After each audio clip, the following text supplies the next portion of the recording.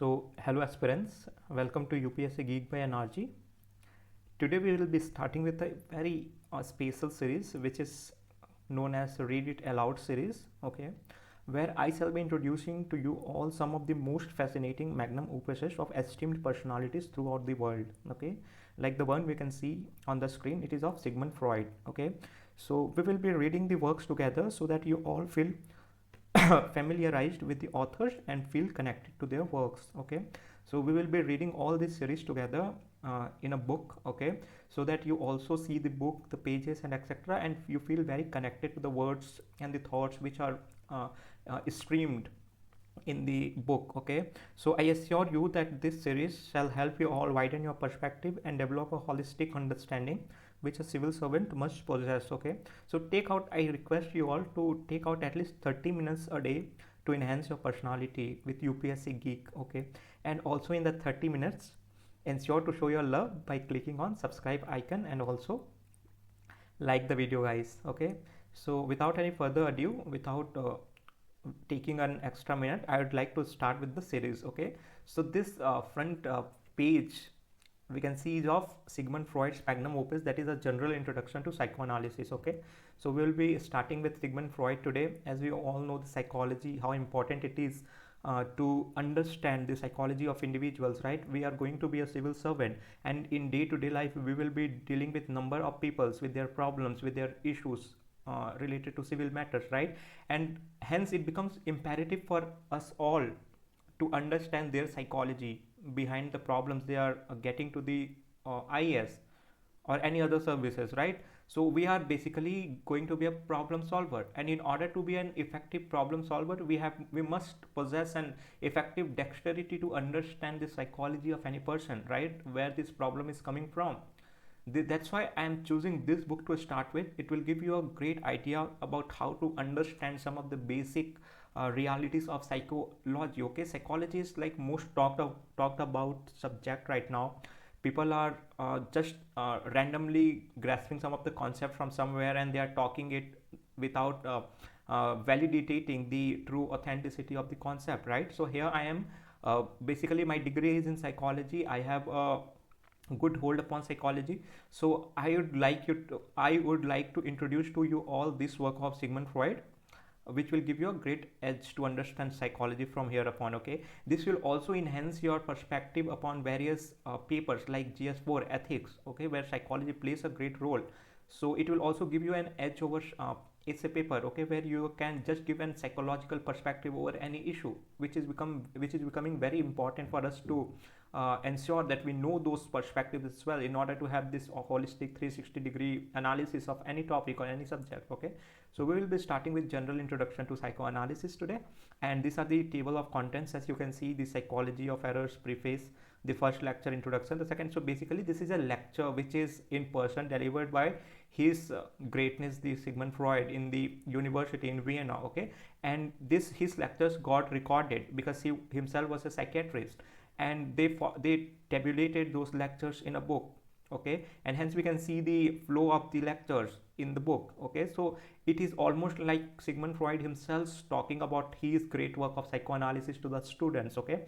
So here the book will be a teacher, and we all will be the student to learn the concept of psychoanalysis by his greatness, the Sigmund Freud himself, okay. So part 1 of the book is basically talking about the psychology of errors, okay. So basically what happens is that whenever we tend to start with any scientific practice, okay, first we need to know what are the or what might be the chances of errors that we can encounter over the course of the duration, okay. And most of the time what happens is that we have a myth in our brain which we generally hold true, okay, but it is not. That's why any scientific subject first will break your myth, okay, so that you go there to learn any subject with a clear brain, okay.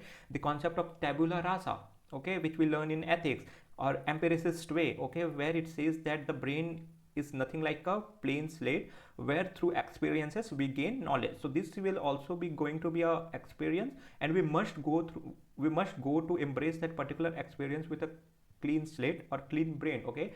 To make that brain clean, we must first clear out all the myths that we are holding up since our births, okay.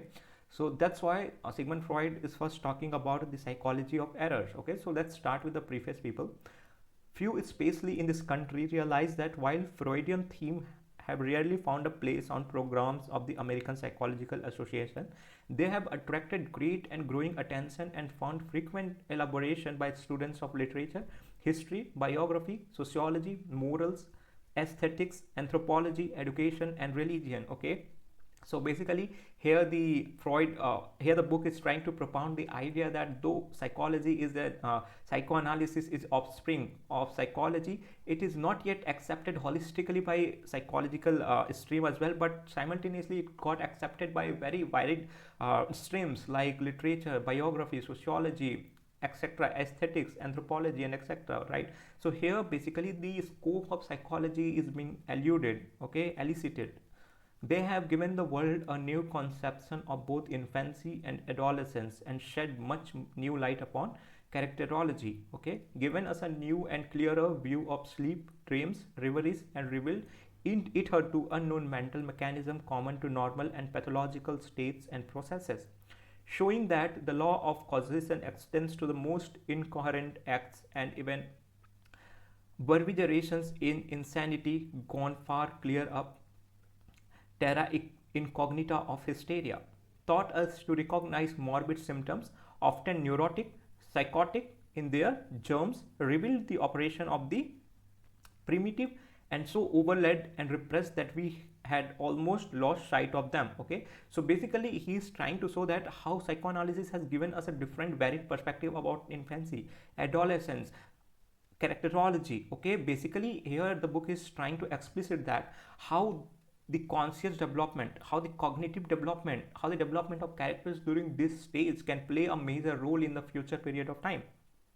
Okay, so here the psychoanalysis is trying to give a clearer view on sleep, dreams, reveries, rebuild it her to unknown and mechanism. Okay, so basically the dream which we often see in day-to-day life, how important role uh, they play in our formations, okay, in our cognitive development, in our conscious development. Okay, what is the significance they are bringing on the table? Okay, so that is what a psychoanalysis is putting a light upon, putting an emphasis upon. Okay, which is generally considered as a pseudoscience by most of the psychological disciplines as well. But here Sigmund Freud is trying to explicit that these tendencies, which are very normal, very usual, but less talked about tendencies of human behavior, how they can play a great role in showing a different side of the personality of ours, which one should must accept and embrace in order to know himself better. Okay, so that is what a psychoanalysis is trying to basically break the ice upon. Okay, showing the law of causation extends to the most incoherent acts and even verbigeration in insanity, gone far to clear up the terra incognita of hysteria. Okay, hysteria is very prevalent or I'll say most talked about issue when we talk about Sigmund Freud. Okay, so hysteria is again kind of psychosis. Okay, where we will be psychosis, or to be more precise, neurosis, which we will be seeing in the later course of time as well in detail. Okay, so taught us to recognize morbid symptoms, often neurotic and psychotic in their germ. Okay, so revealed the operation of the primitive and so overlaid and repressed that we had almost lost sight of them. Okay, so they are overly repressed over a period of time that we have completely lost sight of that. Okay, so let's say I'll give you an important case study here. Okay, so there is a man, okay, who is very obsessed with being perfectionist. Okay, he does everything everything to the point of perfection. Okay, he don't tolerate any kind of imperfections. Okay, he need everything on time. He gets over angrily when someone do not follow his or her idea. Okay, these tendencies can also be seen in some of the officers who are like very much onto their duties. Okay, so this is also the illicit which are part of their consciousness either from their childhood or adolescent, which are deeply suppressed within themselves. Okay, and it is now being elicited through their different tendencies which they are showing in their course of professional works. Okay, so So that is what a psychoanalysis is talking about, and which we will be seeing in details in later course of time as well. So fashioned and used the key of symbolism to unlock many mysticism of the past. Okay, and in addition to all this, affected thousands of cures, established a new prophylaxis, and suggested new tests for character, disposition, and ability, in all combining the practical and theoretic to a degree salutary as it is rare. Okay, so this 28 lectures to layman and elementary and most conversational and almost conversational. Okay, so this will be a composition of 28 lectures basically. Okay, so basically the target audience of Freud here is a layman, okay, who have zero knowledge of psychology or psychoanalysis. Okay, so are elementary and almost conversational in the discourse. Okay, so Freud sets forth with her frankness, almost startling, the difficulties and limitation of psychoanalysis. Okay, so basically Freud here is starting with difficulties and limitations of psychoanalysis. Okay, so that people who are very much pro psychoanalysis will also will be able to continue the lecture. Okay, and he's making ensure that most of the guys don't waste their time. Okay, that they first hear all the rosy world about psychoanalysis and later come to know about difficulties or limitation and they give up. Okay, that's why he is putting forward the difficulties and limitations so as to make the difficulties and limitation accepted to the students, to the layman students who are sitting in front of them, so that they accept the limitation difficulties first, then they go on further to discover the beauties of the psychoanalysis. Okay, and also describe its main methods and results as only a master and originator of a new school of thought can do. Okay, and he describes the methods and result as a master, okay, and originator of a new school of thought can do, as he is the originator and master of psychoanalysis. Only he has the ability to do that, because he himself has a clarity of thought about psychoanalysis, what a psychoanalysis is all about, and he can only be a great in discoursing about psychoanalysis in very layman terms to the students who are completely naive or noob about the discipline. Okay, so these discourses are at the same time simple and almost confidential. Okay, and they trace some of the results of 30 years of devoted and painstaking research. Okay, so these discourses are very confidential, okay, to the Sigmund Freud, because in his 30 years span of time, Freud has experienced many cases, okay, which cannot be openly discussed in any open arena. But considering the experience that Freud had, he has painstakingly devoted himself to the research so as to put forward the concept in very friendly manner to the students, and also maintaining that boundary where to draw that red line so as to make clear distinction between the confidentiality and again the openness. Okay, so while they are not at all controversial, we incidentally see in a clearer light the distinction between the master and some of the distinguished people. Okay, a text like this is the most opportune and will naturally more or less supersede all other introductions to the general subject of psychoanalysis. Okay, because it is being propounded by the masters themselves, who is the originator, who is the father of psychoanalysis. Okay, it presents the author in a new light as an effective and successful popularizer, and is certain to be welcomed not only by the large and growing number of students of psychoanalysis in this country, but by the yet larger number of those who wish to begin its study here and elsewhere. Okay, so basically psychoanalysis propounded by the master himself is being welcomed by the large number of growing students who are aspiring to pursue their career in the field of psychoanalysis. Okay, the impartial students of Sigmund Freud need not agree with his conclusions. Okay, and indeed, like the present writer, may be unable to make sex so all dominating a factor in the psychic life of the past and present as Freud deems it to be. Okay, so in psychoanalysis, Freud overemphasizes on the concept of sexual instinct and suppression of it thereafter. Okay, so many students, impartial students, okay, who might not always incline or agree to the conclusions which is being advocated by Sigmund Freud. Okay, so and unable to take into consideration the sex as the all dominating factor in the psychic life of past and present, as Freud deems it to be. Okay, so we will be seeing in later discourses that how um, Freud pushed forward the idea of the suppression of the sexual instinct that is the most basic in nature.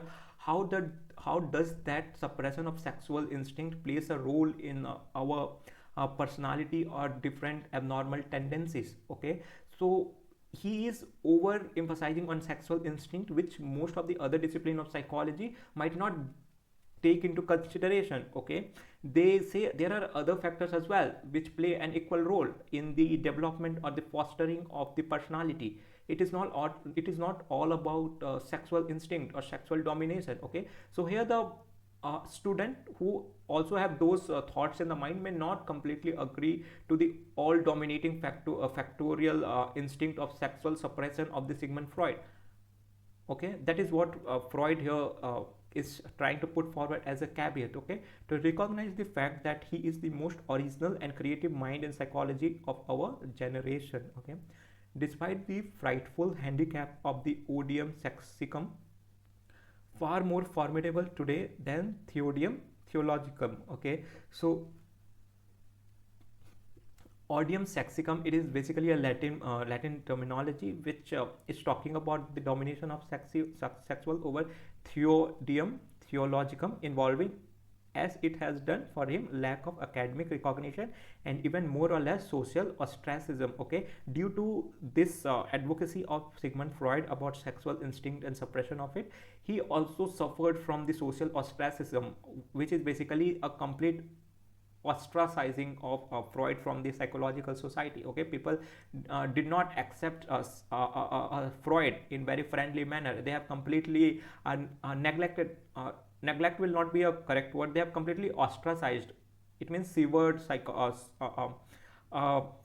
Freud from psychological society, right? So like we have a group of friends, and most of the time we tend to conform with each other's idea, but there is someone who has very rebellious idea. Okay, irrespective of him being right or wrong, who has very rebellious idea, who always try to talk something against or something out of the context.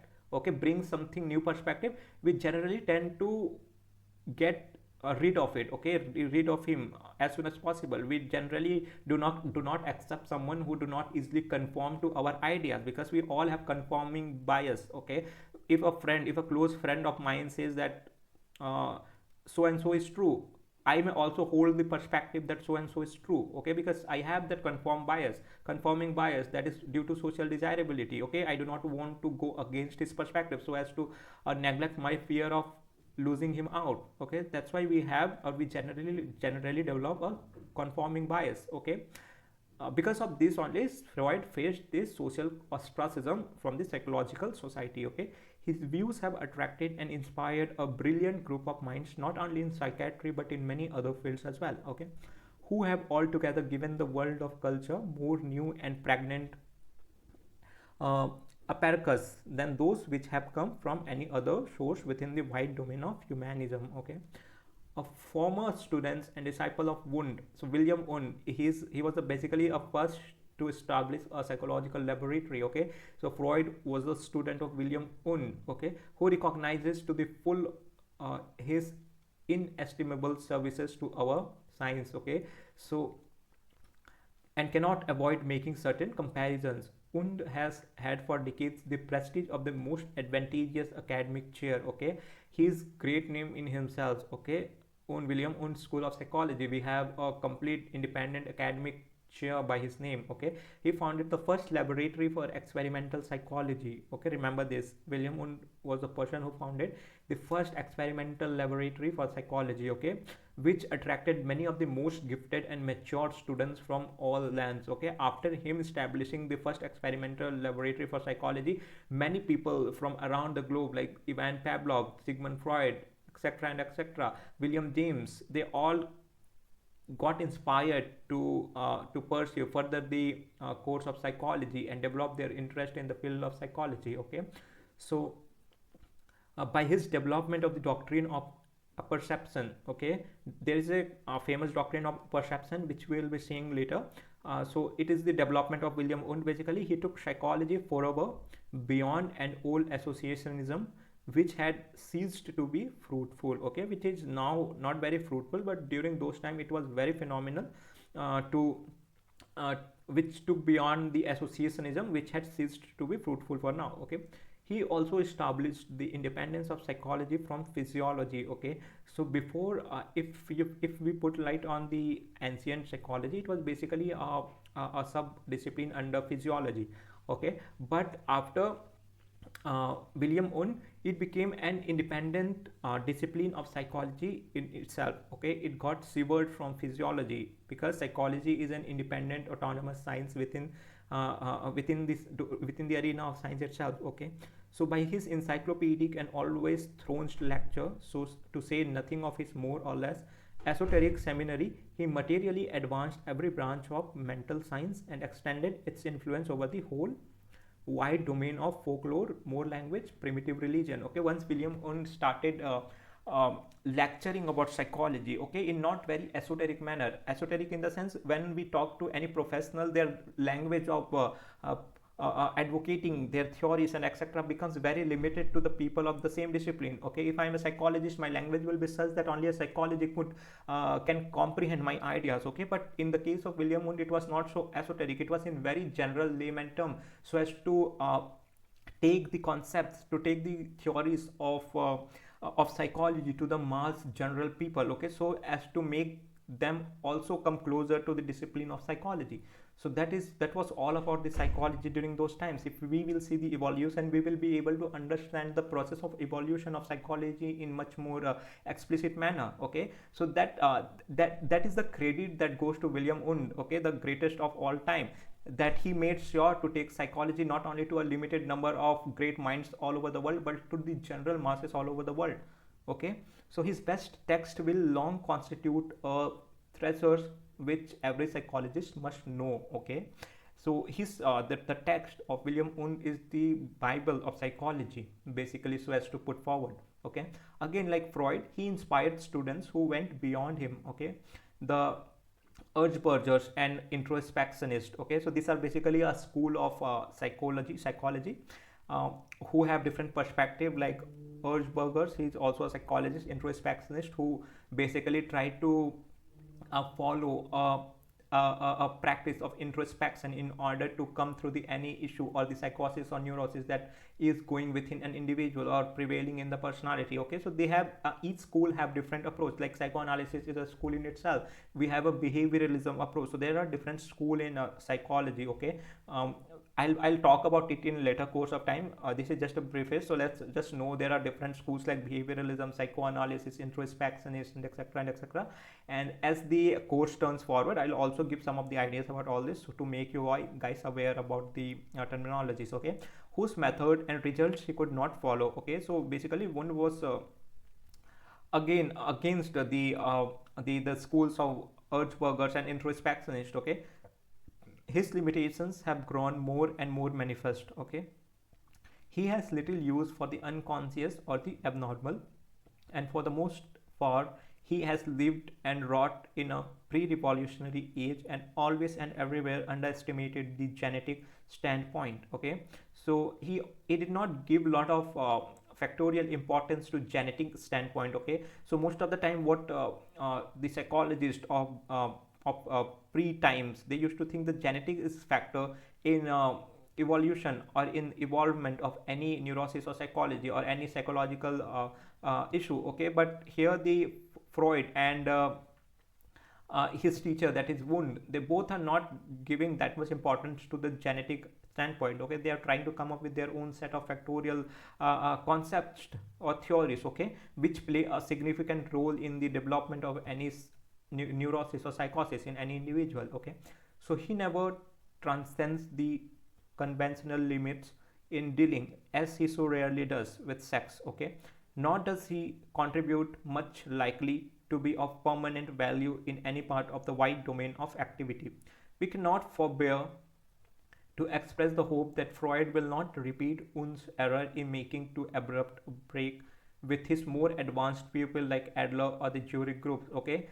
So due to Wundt's take about psychology, there are several sub school or the close aides of Unz who he got severed with due to differences in opinions and perspective. Okay, so here the author is basically saying, let's not hope that the Freud will also walk on the same path, okay, and make too abrupt a break with his more advanced pupil like Adler, jury groups. Okay, they were the very advanced flag bearer of psychoanalysis, okay, the Adler or the jury group. Okay, it is rather precisely just the topics that Und neglects that Freud makes his chief cornerstones. Okay, so these are some of the neglects which William Und made, which Freud taken forward as a legacy and developed his theories and concepts around that. Okay, the unconscious, the abnormal sex and affectivity generally will generally with many genetic, especially ontogenetic, but also phylogenetic factors. Okay, we'll be seeing them in detail. Now you will not be able to understand as the lecture unfolds. I'll be giving more lights upon those concepts. Okay, the Undian influence has been a great in past, while Freud has a great present and yet greater future. Okay, in one thing Freud agrees with the introspectionist with in deliberately neglecting the physiological factor and building on purely psychological foundation. Okay, so basically the approach of introspectionist was alike. Okay, they generally deliberately neglected these physiological factors like genetics and other issues, right, and they emphasize more on the psychological factor. That's why they are putting more emphasis upon introspections, right, like within the soul, the mind. Okay, and through introspection they can, this psychological factor can be cured. Okay, that is what is being propounded by the introspectionist school. Okay, so there is some sort of similarity between the Freud and introspectionist school. Okay, though for Freud psychology is mainly unconscious, while for introspectionist it is pure conscious. Okay, so Freud is going one step forward to propound the idea that psychology is mainly unconscious. Okay, unconscious in the sense the things which are suppressed into the unconscious. Okay, and the psychology, the issue arising out of psychology is basically a product of the instinct which are deeply suppressed in our unconsciousness. Okay, and introspectionists mainly focus on the consciousness, the contemporary issues. We introspect, we come out with the solution. Okay, this is the approach is basically of introspection is consciousness, and the focus of Freudian school is basically unconsciousness. Okay, which goes one step beyond. So neither he nor his disciple have yet recognized the aid proffered them by students of the autonomic system, or by the distinction between the epicritic and protopathic functions and organs for the cerebrum, although this will doubtless come to have their due place as we know more of the nature and processes of the unconscious minds. Okay, so basically here a distinction between biological brain and unconscious mind is being made by the other students or the advancers of Freudian school. Okay, where they are propounding the idea that brain does have a role to play when it comes to psychology. Okay, if psychologists of the normal have hitherto been too little disposed to recognize the precious contribution to psychology made by the cruel experiments of nature in mental disease, we think that the psychoanalysts who work predominantly in this field have been somewhat too ready to apply their findings to the operation of that normal mind. Okay, but we are optimistic enough to believe that in the end both these errors will vanish, and that in the great synthesis of future that now seems to impend our science will be made vastly richer and deeper on the theoretical side, and also far more practical than it has ever been before. Okay, so the error or limitation basically that we saw here is the distinction. Okay, whether the psychology is confined to the conscious or the unconscious as Freud by the introspectionist or the Freudian school. Okay, so that is the one error that we will be seeing and discovering in further discourse.